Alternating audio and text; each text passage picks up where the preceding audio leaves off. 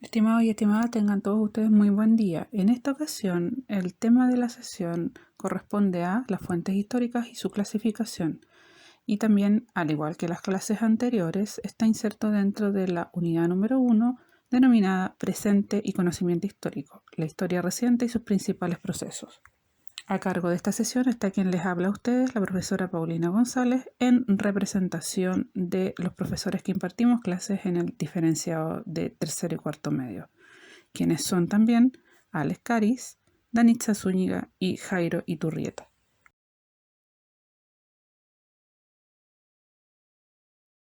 El objetivo central de la presente clase es clasificar las fuentes históricas a partir de diversas perspectivas.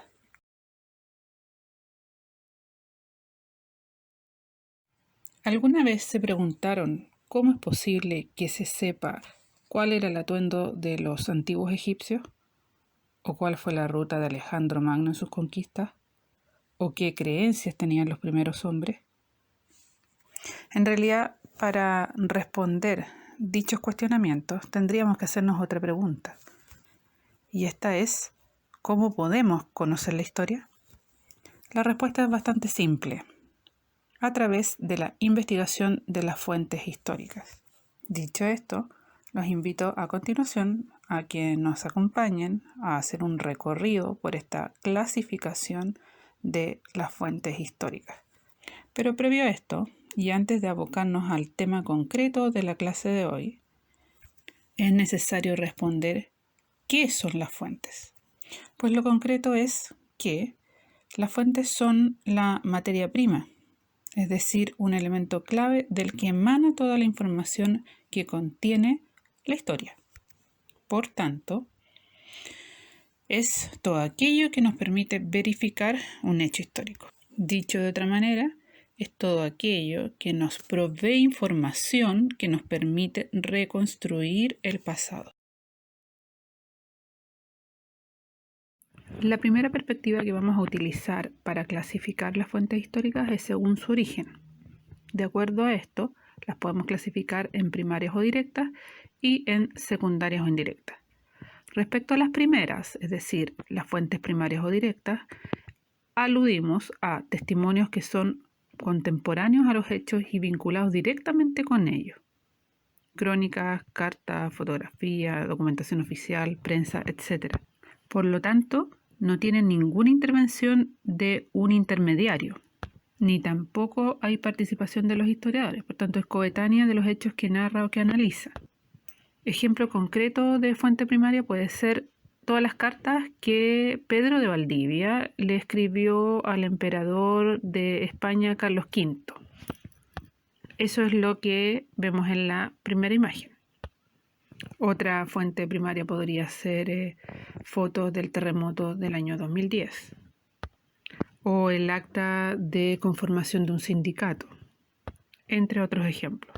Ahora bien, por otro lado, las fuentes secundarias o indirectas serían escritos que describen, analizan o interpretan los hechos. Entonces aquí tienen cabida los documentos historiográficos, es decir, lo que escriben historiadores y que se basan a su vez en fuentes primarias y directas, las monografías, artículos periodísticos, literatura en general. Entonces, las fuentes secundarias o indirectas implicarían la interpretación de los hechos. Hay una reelaboración de los datos procedentes de fuentes primarias y, por tanto, es posterior a los hechos que narra o que analiza. Ejemplos concretos: el texto escolar de Historia y Ciencias Sociales, cualquiera de ellos, primero medio, segundo medio, hasta cuarto medio, el libro de Historia del Pueblo Mapuche de José Bengoa, entre otros ejemplos.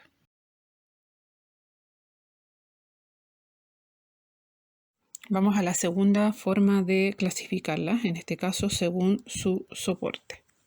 Tenemos en la letra A las fuentes escritas, es decir, nos referimos a todas aquellas que son impresas, manuscritas o textuales, como por ejemplo memorias ministeriales, crónicas, biografías, bandos, leyes, autobiografía, registros parroquiales, cartas, diarios privados, prensa, ensayos, textos literarios y un sinfín, etc. Un ejemplo concreto sería la versión impresa el diario La Estrella de Valparaíso o El Observador. Otro ejemplo podría ser un expediente judicial de un proceso, o un libro como Ciútico de Óscar Contardo, o la novela El Loco Estero de Alberto Blesgana, etc. En la letra B tenemos a las fuentes materiales, también conocidas como objetuales, porque son tangibles. Aquí podemos hallar construcciones, indumentaria, objetos personales, herramientas, muebles, armas, monedas, utensilios, instrumentos musicales, objetos decorativos, entre otros. Por ejemplo, un canal de regadío de los Dieguitas en el norte, o una moneda antigua con el rostro de un emperador romano, por ejemplo, o un arado del siglo XVI. C. Iconográfica. Obviamente por el término, por el nombre, se refiere a imágenes. Y en este caso encontramos acá infografías, ilustraciones, grabados, pinturas, carteles, fotografías, planos, caricaturas, etc. Por ejemplo, un afiche propagandístico de una campaña presidencial. En la imagen vemos ahí la publicidad, en este caso la propaganda de la campaña presidencial de Radomiro Tomic, que era en este caso el candidato de la democracia cristiana para las elecciones presidenciales del año 1970. Obviamente el nombre no les debe sonar mucho porque no ganó Salvador Allende. D. Audiovisuales. Películas, documentales, diaporamas, programas de radio, canciones, videos, grabaciones de aficionados, los podcasts y los webinars que están tan de moda hoy en día. La imagen que observan ahí corresponde a una escena de una película chilena que se llama El Húsar de la Muerte y que corresponde al año 1925. También podemos dar como ejemplo el programa radial El Diario de Cooperativa, la canción La Voz de los 80 de Los Prisioneros, entre otros. Fuentes orales. Encontramos acá discursos, relatos de vida, mitos, leyendas, entrevistas, etc. Como ejemplo podemos decir el relato del mito de el Caleuche de Chiloé o de la Pincoya o del Trauco. Pero también podemos dar como ejemplo una entrevista y una entrevista de apoderados incluso. F. Fuentes estadísticas. Aquí encontramos todo lo que tiene que ver con gráficos, tablas, información cuantitativa sobre aspectos económicos, demográficos, climáticos, censos. Por ejemplo, la contabilidad de la empresa Codelco Chile. Otro ejemplo, la serie de censos efectuados en nuestro país.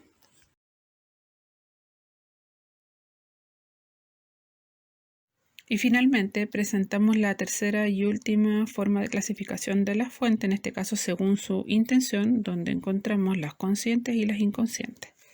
La primera de ellas, es decir, las fuentes conscientes, son todos aquellos testimonios producidos con el propósito de servir para recordar determinados hechos.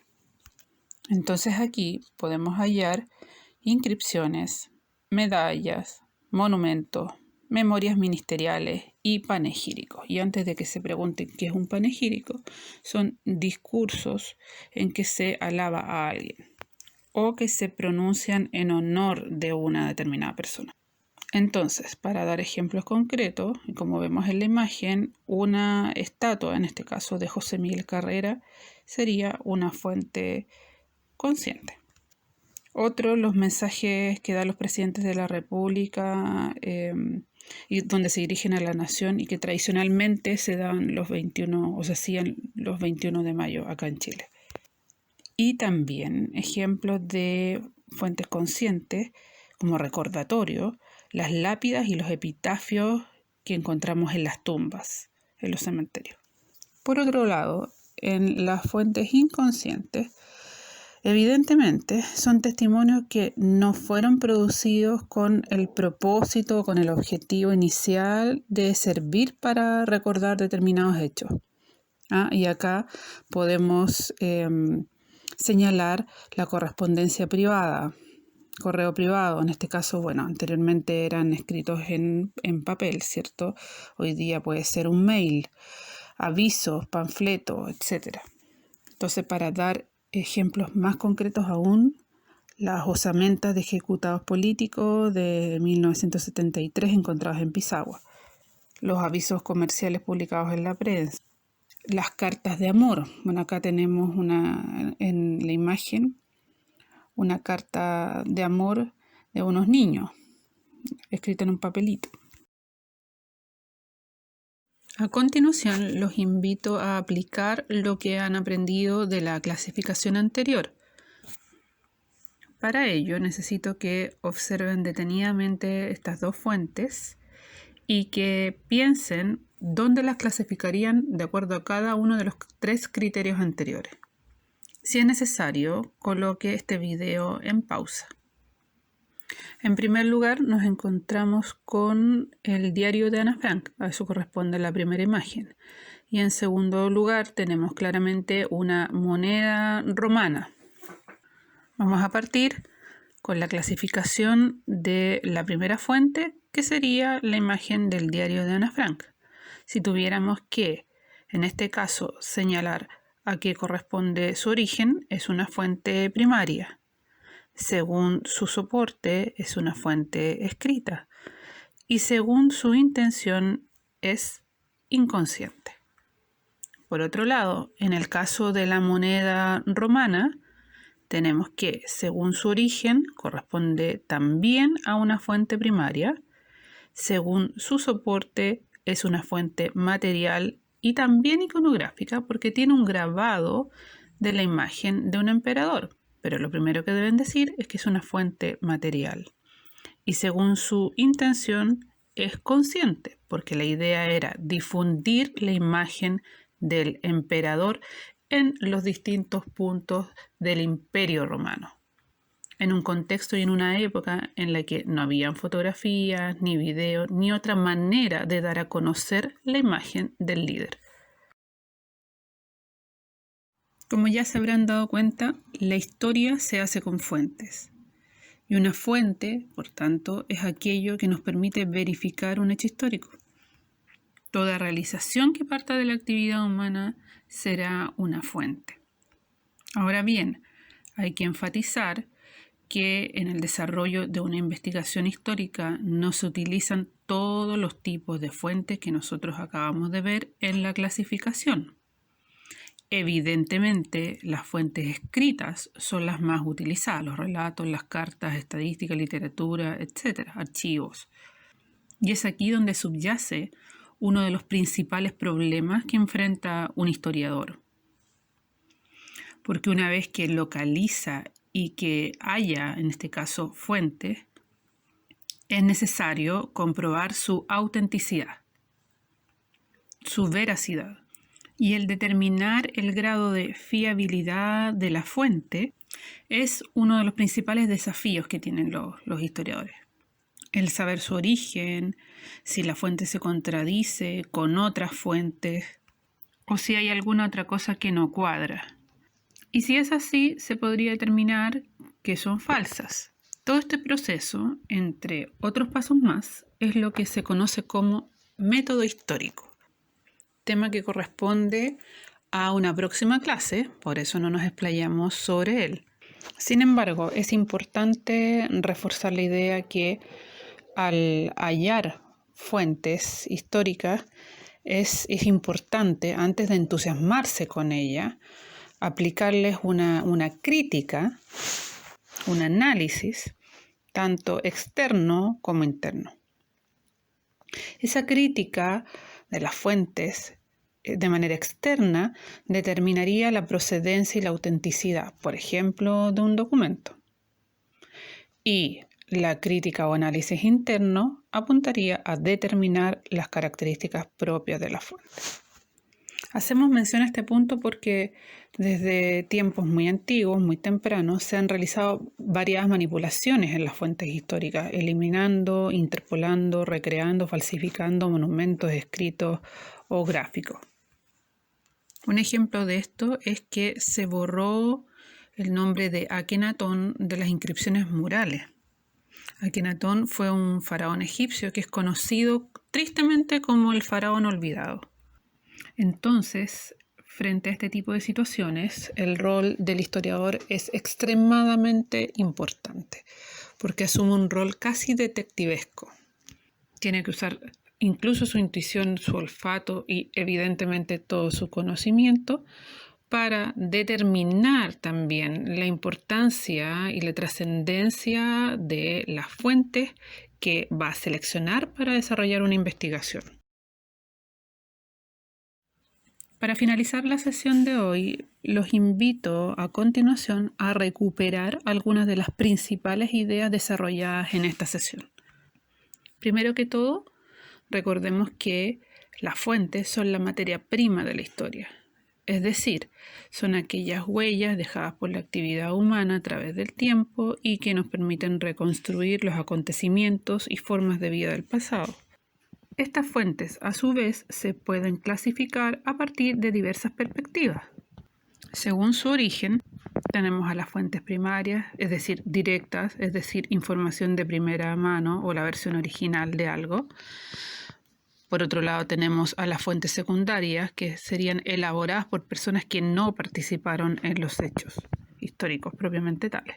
Según su soporte, es decir, dónde está contenida esa fuente, encontramos un espectro bastante variado que va desde las fuentes escritas, que son las tradicionales y las más utilizadas en la investigación histórica, hasta las fuentes estadísticas. Según su intención, es decir, la razón de ser que tienen las fuentes, encontramos por una parte las que son conscientes, es decir, que tienen la intencionalidad de existir para recordar algo, alguien, algún acontecimiento, una batalla, etc. Y por otro lado, las inconscientes, que son aquellas que por una situación azarosa terminan transformándose en una fuente histórica. Recordar también que no todas las fuentes son fiables y auténticas, no todas las fuentes sirven para todo tipo de investigaciones y que allí es fundamental el análisis y la crítica, es decir, el trabajo, la intermediación del historiador para llegar a concluir, en este caso, la veracidad o la fiabilidad de una fuente. Porque, por lo que aprendimos, estas pueden ser manipuladas. Y mientras más antigua sea una fuente, obviamente más fácil es la manipulación de la misma. Más difícil es el rol del historiador en lo que implica la reconstrucción del pasado. En definitiva, sin las fuentes históricas, la historia no es capaz de explicar absolutamente nada. Como señala el historiador francés Charles Seignobos, la historia se hace con documentos en el sentido de fuentes. Nada suple a los documentos y donde no los hay, no hay historia. Bien, muchísimas gracias por prestar atención a esta sesión.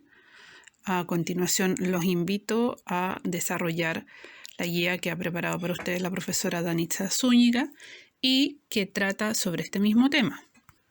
Dicha guía es de carácter formativo y tiene una primera parte que consiste en un análisis de documentos, obviamente por el tema desarrollado, una segunda parte que trata sobre la clasificación de fuentes, una parte de aplicación donde ustedes tienen que elegir una fuente con la cual trabajar y por último una parte de autoevaluación. Muy bien, esto ha sido todo por esta ocasión. Que sigan estando bien y a resguardo en sus respectivos hogares y nos encontraremos por este medio o a través de las tutorías en una próxima oportunidad. Hasta pronto.